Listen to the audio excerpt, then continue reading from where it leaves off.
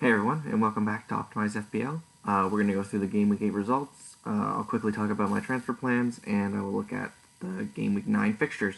Let's get into it. To start, we're going to look at the defense. So starting off in defense, it was not our conventional defense that we were supposed to be accustomed to by this point. I mean, Rudiger was injured, unfortunately, so he wasn't able to play. That allowed Livramento to come in.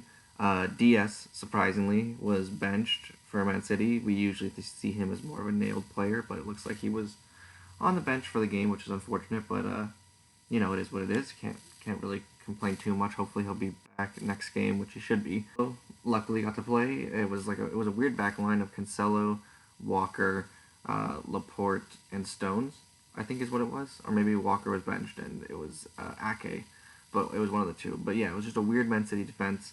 I guess I just didn't think that the team they were playing was too much. I mean, Burnley are not that amazing, so I'm not too surprised that they decided to go for a bit of an easier back line. Chelsea also had an interesting back line for the Brentford game. Chilwell's back in. They had Sarr and somebody else, I can't remember. I think it was Chalobah in the defense as well. So very odd defensive pairings this week. I guess after the international break, a lot of players needed some rest. Ramsdale, unfortunately, just 2 points. Got 3 points or 1 point for the 3 saves he made, but he conceded 2 goals against Crystal Palace. A bit disappointing. Could have seen him get a little bit more there.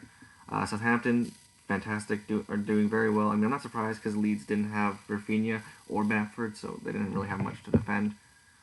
Southampton didn't have much to defend, I mean. But yeah, Livramento coming off the bench, very happy about that. Kind of happy Raphinha didn't start in the end, so that way Livramento could come on because we had a lot of one-pointers. Yeah. So let's move on to the midfield, and I can talk about what happened last week and why some of the players are not the same as what they were supposed to be. So looking at the midfield, we see Salah doing absolutely amazing things against Watford, making Ben Foster look a little bit silly, which is very unfortunate. I mean, it was the whole. Actually, it wasn't just Ben Foster; it was the whole Watford defense. Really, Ben Foster had nothing. He couldn't do anything about the goal that he scored. But yeah, got a goal, got an assist, got clean sheet, some bonus points. Ended up on 13 points total. With the captain, it's 26. Very nice to see. Saka, very disappointing. Unfortunately, only got to play half time. Yeah, I mean McCarthy just MacArthur absolutely just volleyed him, and seemed like he was pretty hurt after that. I can't believe that wasn't even a yellow, or it should have been a red probably. Planted foot, getting kicked that hard, it could easily break a leg. So he's lucky to get away with only a knock and a potential playing next game. The new boy in the team is Foden. So I was under the impression, as a lot of people were, before the game week deadline, that Son and Gil both had tested positive for COVID. So if that was the case, I was not in a position to allow Son to be on the bench with 0 points because I was going to get rid of him next week anyways for Foden. So it just didn't seem like it was worth it, right? To keep a £10 million player on the bench for nothing, basically, because I'm going to get rid of him next week anyways. So I brought in Foden, got 6 points, got an assist, which was very nice. Come to find out that Son actually had a false positive and gets 2 negative tests before the Newcastle game and goes on and scores. So, pretty disappointing. We lost out on 3 points. I think he finished on 9 points, Son, so not great. Would have definitely helped the overall rank, I'm sure. But it's only 3 points, and in the end, it was a risk-averse move. I just didn't want to take the risk of having to potentially play Brownhill because that was the last player on my bench that would have played instead of Son. And I just think that if Son didn't play, I would have lost 4 points instead of getting Foden, and I lost 3 points instead of getting Son. So keeping Son would have been a very risky play. It would have been like a boom or bust situation. And I think Foden was like a right in between, which is what ended up coming to fruition. So, yeah, 6 points from Foden. I'm not too worried about it. I think he's good for the next couple of game weeks anyways, so happy with him. Looking at our dreadful forward line, we have Jimenez coming on for 1 point in like the freaking 90th minute, basically coming on. What a waste that was. Toney, Brentford and Chelsea, very low scoring game, only 1 goal. It was a Chilwell volley. Yeah, just a bit disappointing to see neither of my strikers get on the score sheet. I thought at least one of them would have, but and Lukaku, it's about 4 games in a row now that he hasn't scored. So it's getting a little bit more concerning. I don't think he's a worry because the next 3 fixtures are absolutely amazing. You got Newcastle, Norwich, and Burnley in the next 3. So I wouldn't be worrying about Lukaku. I'm not going to be worried about him until probably game week 12 when I probably switch him from Lukaku to Kane. Lukaku, Kane, and Ronaldo really rotate really well for the next, basically to the end of the season. So that's probably the rotation I'm going to be going with until the end of the season. So, and then Salah is just a mainstay. He's not going anywhere. But yeah, so let's move on to the bench. The bench players, Rudiger didn't get to play because of a back injury. Raphinha didn't get to play because he played a day before the Southampton game, which is a bit unfortunate. And Brownhill got 2 points. I mean, obviously, it would have been nice if Jimenez or Diaz didn't come on, because then Brownhill could have came on for the extra 1 point, but it's 1 point. It's not a big deal, so not too worried about that. So if we look at it, we got a predicted 3.2. I personally predicted that we were going to get a 57. I just didn't think the team was going to do as well, especially with all the injuries. It's close. It was 58. I was 1 point off. The predicted score was way off, about 5 points off. I'm sure getting rid of Son to Foden definitely didn't help. 58 points instead of the 63 that was predicted, but overall score is now at 547, which is a very decent score, and our rank is 30,594, so a slight decrease, but nothing too major. Okay, so we're going to move on to the Game Week 9 confirmed team. I'll quickly be talking about my transfers here instead of in a different slide. I think it's just going to be easier for me to talk about the players and if I want to get rid of them here instead of beforehand, so let's go through the confirmed team, and then I'll talk about what I'm thinking about doing. And so let's move on. In net, in our defense, we have Ramsdale against Aston Villa. Arsenal have been playing all right, I guess. Their attack is pretty weak, but their defense should be fine. I mean, they are one of the better defenses in the league. It was a mistake to get him instead of Sanchez, but I don't know. Time will tell, obviously, but I think that this was a good move. We'll have to see.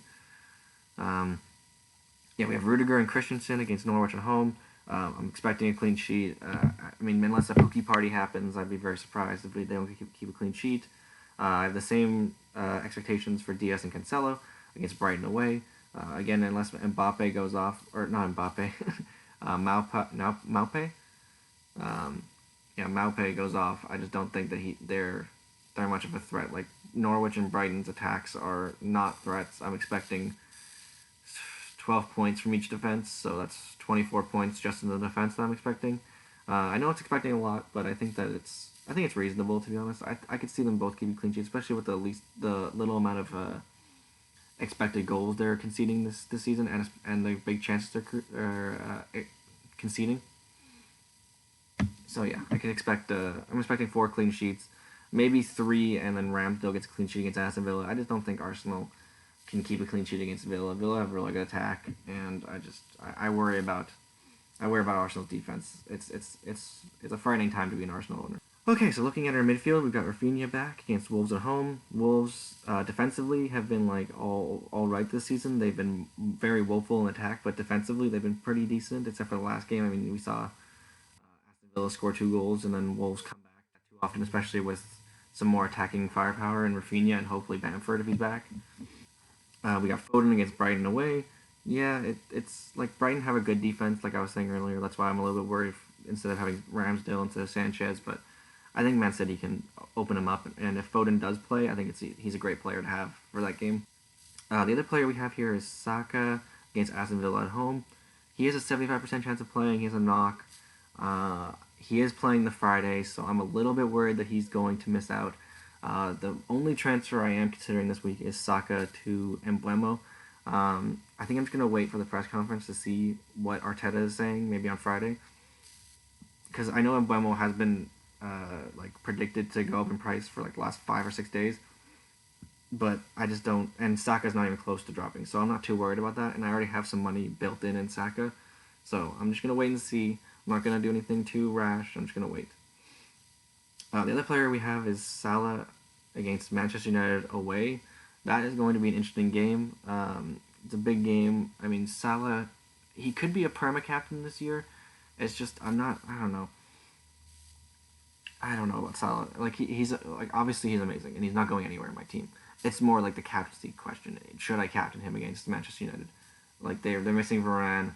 Maguire was looking absolutely crap against Leicester. I mean, they've just been looking very poor overall. So that could come down to a game time decision on Friday. We'll have to wait and see. But I think that he'll probably be most likely the vice captain. But yeah, let's look at the forward line. Okay, so our forward line looks a lot better this week. Hopefully we can get some points this week. We got Lukaku against Norwich at home and Jimenez against Leeds away. Lukaku against Norwich at home, I could definitely see him getting a goal there. I'm really expecting probably like a 3-0 win for Chelsea against Norwich. And then Jimenez against Leeds. I mean, Leeds' defense are absolutely trash, garbage. They're one of the 5 teams you want to be targeting, along with Norwich and Watford and all these other pretty weak teams. So Jimenez against them away, I'm expecting a goal. I can really see them doing well this week. Okay, so let's move on to our captaincy decisions. So for vice captain, we have put it on Salah against Manchester United. I just think that it's the best. Like it's not the best fixture per se. Like Jimenez could be the player I put on it. I just think that the form from Salah is just way better than Jimenez. I think that the odds of him getting a return are much more likely than Jimenez. And if our captain, which is Lukaku, does get benched, which has been something that I'm worried about because of the way Tuchel's been being mentally fatigued and just all this tiredness and stuff like that. It's a worrying sign as a Lukaku owner because like you don't want him to be benched, especially in these easy games. So if he is benched, then I don't want someone who's not like in form to be my captain. So Jimenez, like it could be a punt captain basically, but I don't want to be punting right now. I'm doing too well to be punting. So I think Salah, vice captain, is the safest bet for Lukaku potentially being benched. If we go onto our bench, if you look, this is actually not the order I wanted in. It should be Toney, Livramento, Brownhill. And the reason I have Toney first is because I think that if one of the defenders do get benched, which I would not be surprised if either Cancelo or Christensen get benched. Cancelo less likely. I think Christian is the most likely to be benched, especially because he's played 2 games now. One against Brentford last week and now in the Champions League this week. So if he comes off, I would love to see Toney come on, get a forward on against Leicester. Leicester's a hard team to play, so that's why I'm thinking that like they've been conceding goals. They conceded 2 goals against Manchester United. Their defense has been weak, but I think that overall, I think Toney and Brentford could do well. So the predicted score this week is actually quite low. It's 59.7, one of the lower ones we've had this season, which is nice. Hopefully we can actually beat it this time. My predicted score for the game week is 60. I thought that I did some math and I thought that the 25 are getting a return, and I think that like Saka, Ramsdale, and Raphinha could blank this game week, and I think if I have gone with 60 points, so yeah. Money in the Bank is actually at 2.4 million, so we have some money in the bank. The concept I think I'm going to go for in next week. If I don't do it this week, it's next week. Saka is going to come out next week, if not this week, for Emblemo. And then Christensen is going to be going up to Trent Alexander-Arnold. I just don't see the point of bringing him in against Manchester United away. It just doesn't seem like it's worth it, so that's the plan. Drop Saka down, bring Christensen up, and then have some money left over in the bank for a potential Lukaku to Kane switch in the near future. And yeah, we're going into game week 10 with 2 free transfers. Those are the 2 free transfers that I'm thinking about doing, but we'll have to wait and see. Any injury could come up and completely derail this plan. So, thanks for watching, everybody. Please feel free to subscribe or leave any comments about what I'm doing, or if you have any comments about your own teams that you'd like me to answer, please feel free to leave them down below. Thanks, everyone, and have a good game week. Cheers, everybody.